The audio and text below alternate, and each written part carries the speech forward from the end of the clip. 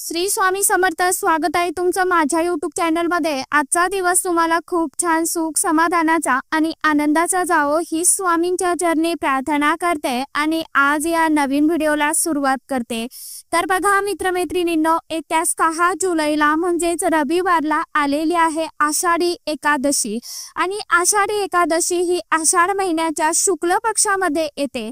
आषाढी एकादशी पासून ते कार्तिकी एकादशी पर्यंत म्हणजेच देवउठणी एकादशी पर्यंत भगवान श्री हरी विष्णुदेव हे क्षीरसागरामध्ये शेष नागावरती शयनामध्ये जात असतात आणि या 4 महिन्याला चातुर्मास असं देखील म्हटलं जातं। आषाढी एकादशी ही अतिशय अत्यंत शुभ आणि महत्त्वाची तिथी मानली जाते।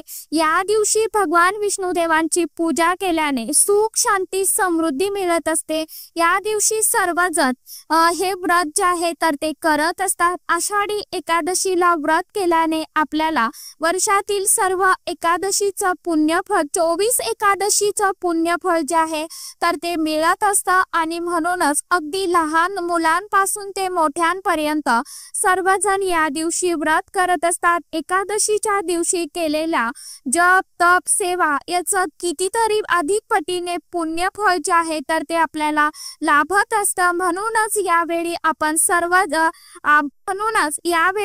सर्वजण या पापातून मुक्त होण्यासाठी हे व्रत करावं। आषाढी एकादशीच्या दिवशी भगवान विष्णुदेव आणि माता लक्ष्मीला प्रसन्न करून घेण्यासाठी जी काही आपण सेवा करतो उपाय करतो तर त्या सेवा खूप प्रभावी ठरत असतात आणि लवकरात लवकर त्याचं फळ जे आहे तर ते नक्कीच आपल्याला मिळत असतं। आणि म्हणूनच आज या व्हिडिओमध्ये मी तुम्हाला एक असाच अतिशय अत्यंत प्रभावशाली असा एक उपाय जो आहे तर तो सांगणार आहे।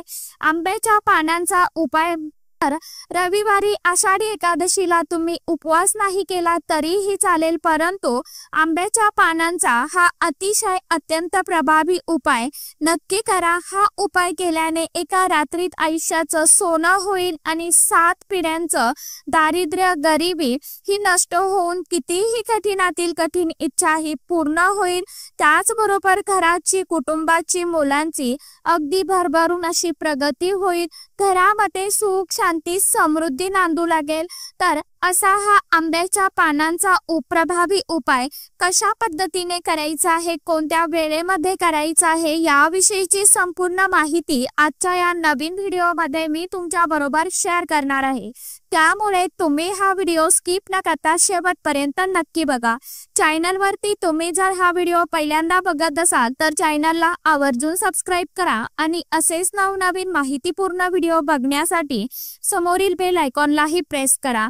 त्यामुळे काय होईल, जेव्हा कधी मी नवीन व्हिडिओ अपलोड करेल तर सर्वात अगोदर त्याचं नोटिफिकेशन तुम्हाला मिळेल आणि तुम्ही एकही व्हिडिओ मिस करणार नाही। आषाढी एकादशीला आंब्याच्या पानांचा उपाय करण्यासाठी आषाढी एकादशीच्या दिवशी आपल्याला सकाळी लवकर उठायचं आहे, स्वच्छ स्नान करायचं आहे आणि यानंतर लाल किंवा पिवळ्या रंगाचे कपडे आवर्जून परिधान करायचे आहे, कारण लाल रंग हा माता लक्ष्मीच्या आवडीचा रंग आहे आणि पिवळा रंग हा भगवान विष्णुदेवांच्या आवडीचा रंग मानला जातो।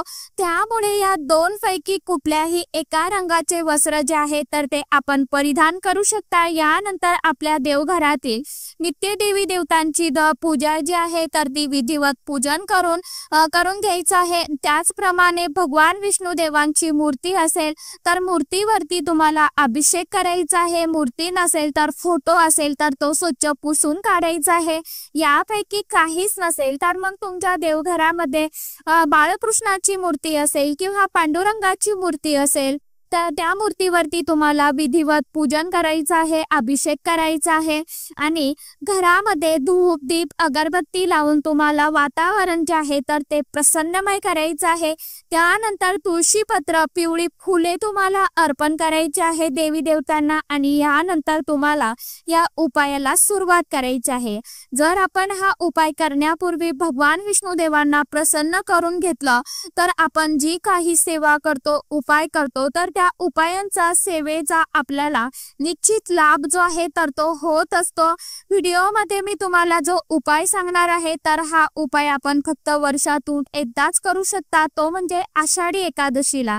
हा उपाय आपल्याला घरामध्ये का करायचा आहे तर बघा, जर आपल्या घरामध्ये सतत क्लेश, भांडणे, वादविवाद, मतभेद होत असेल तर आता ही भांडणे नवरा बायकोची असेल किंवा इतर कुटुंबामध्ये इतर सदस्यांमध्ये त्यांच्यामध्ये सतत वादविवाद होत असेल किंवा घरामध्ये आजारपण असेल, आलेला पैसा आजारपणामध्ये निघून जात असेल, घरामध्ये पैसा टिकत नसेल किंवा पैसा येण्याचे मार्ग जे आहे तर ते खुंटलेले असेल, तुमच्या कष्टाला आणि मेहनतीला यश मिळत नसेल, कोणतीही गोष्ट तुमच्या मनासारखी घडत नसेल किंवा एखादा तुमचा छोटा मोठा व्यवसाय आहे तो चांगला चालत नाही, घरामध्ये काही दोष आहे, नकारात्मक ऊर्जा आहे, इडापिडा आहे, नजरबाधा आहे, यामुळे आपल्या कुटुंबाची घराची प्रगती होत नाही, पैसा येत नसेल, सतत इतरांकडनं तुम्हाला पैसे उसने घेण्याची वेळ येत आहे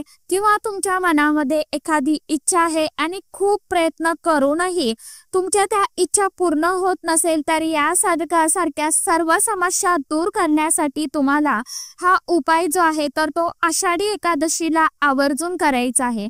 तर हा उपाय करण्यासाठी तुम्हाला सगळ्यात महत्त्वाची वस्तू जी लागणार आहे ते म्हणजे पावसाचं वरचं पाणी।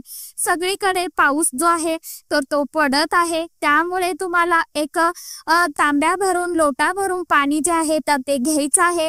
शक्य असेल तर तुम्ही तांब्याच भरून घ्या किंवा नाहीच मिळालं तर मग एक ग्लास भरून घेतलं तरी देखील चालणार आहे।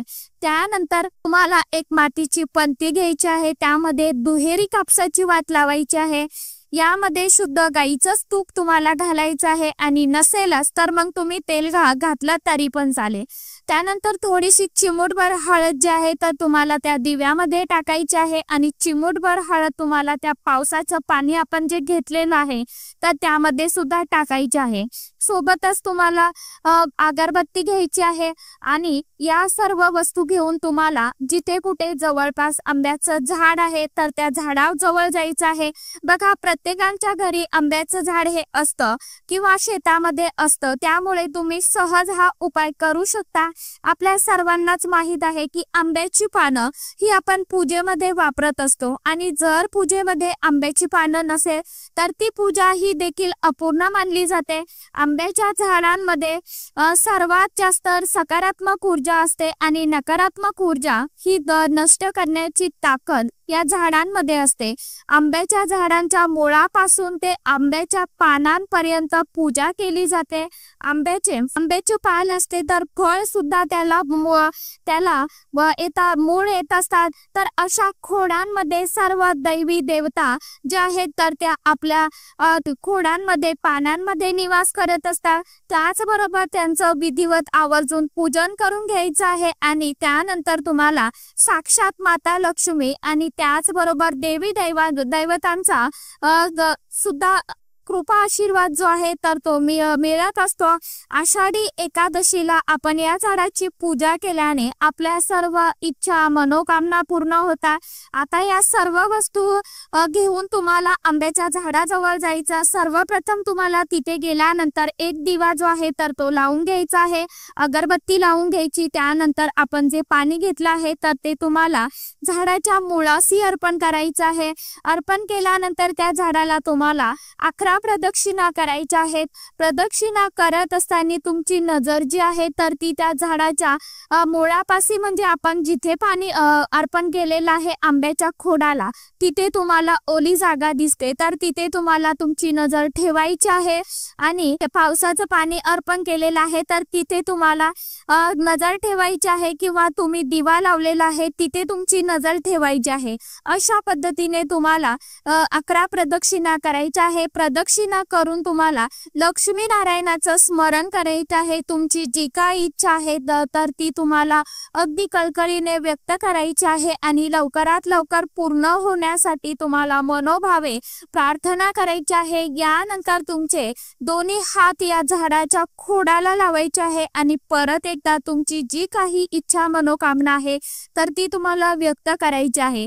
तुमची सगळी सेवा करून झाल्यानंतर तुम्हाला आंब्याची 7 पानं घ्यायची आहे आणि ही 7 पानं जर खाली गळून पडलेली असेल तर ती सुद्धा तुम्ही घेऊ शकता आणि जर खाली पडलेली नसेल तर मग पानं झाडाची तोडायची आहे, परंतु क्षमा प्रार्थना मागून त्यानंतर भगवान विष्णुदेवांचं स्मरण करायचं आहे आणि ही पानं तुम्ही कशासाठी घेत आहे ती इच्छा तुमची तिथे सांगायची आहे आणि यानंतर ही पानं तुम्हाला तोडून घ्यायची आणि नंतर ती तुम्हाला 7 पानं घरी घेऊन यायची आणि स्वच्छ पाण्याने धुवून काढायची। एक लाल रंगाचा किंवा पिवळ्या रंगाचा धागा तुम्हाला घ्यायचा आहे आणि त्या धाग्यांमध्ये तुम्हाला ही 7 पानं जी आहे तर ती बांधायची आहे। यानंतर तुम्हाला याचं एक तोरण बनवायचं आहे आणि हे आपल्या घराचा जो मुख्य मेन दरवाजा आहे तर त्या दरवाजावरती तुम्हाला हे तोरण आषाढी एकादशीला आपल्या घराच्या मुख्य मेन दरवाजावरती लावायचं आहे। हे लावल्याने माता लक्ष्मी ही आपल्या घराकडे प्रसन्न होते आणि आपल्या घरामध्ये अखंड स्वरूपात निवास करत असते। त्याचप्रमाणे आंब्याची पानं ही नकारात्मक ऊर्जा, वाईट शक्ती शोषून घेते, दूर ठेवते। त्यामुळे घरामध्ये सततची जी काही वादविवाद आहे, कटकट आहे, भांडणे आहेत तर ते दूर होण्यासाठी देखील मदत होत असते। आता हे तोरण लावलं की आषाढी एकादशीच्या दिवशी दिवसभर रात्रभर तसंच ठेवायचं आहे आणि त्यानंतर दुसऱ्या दिवशी किंवा तिसऱ्या दिवशी लगेचच काढून तुम्हाला निर्माल्यामध्ये टाकून द्यायचं आहे। इकडे तिकडे फेकू नका, कारण बघा जसजशी पानं सुकत जातात तसतशी त्यामध्ये नकारात्मक ऊर्जा जी आहे तर ती खूप मोठ्या प्रमाणात तयार होत असते। त्यामुळे पानं सुकण्याआधीच तुम्हाला ती लवकरात लवकर माळ जी आहे तर ती काढून टाकायची आहे आणि निर्माल्यामध्ये टाकून द्यायची आहे।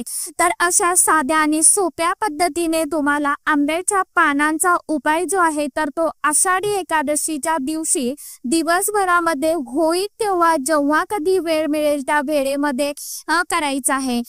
उपाय जास्तीत जास्त करण्याचा प्रयत्न करा। फक्त उपाय करत असताना पूर्ण मनापासून करा, पूर्ण श्रद्धेने करा।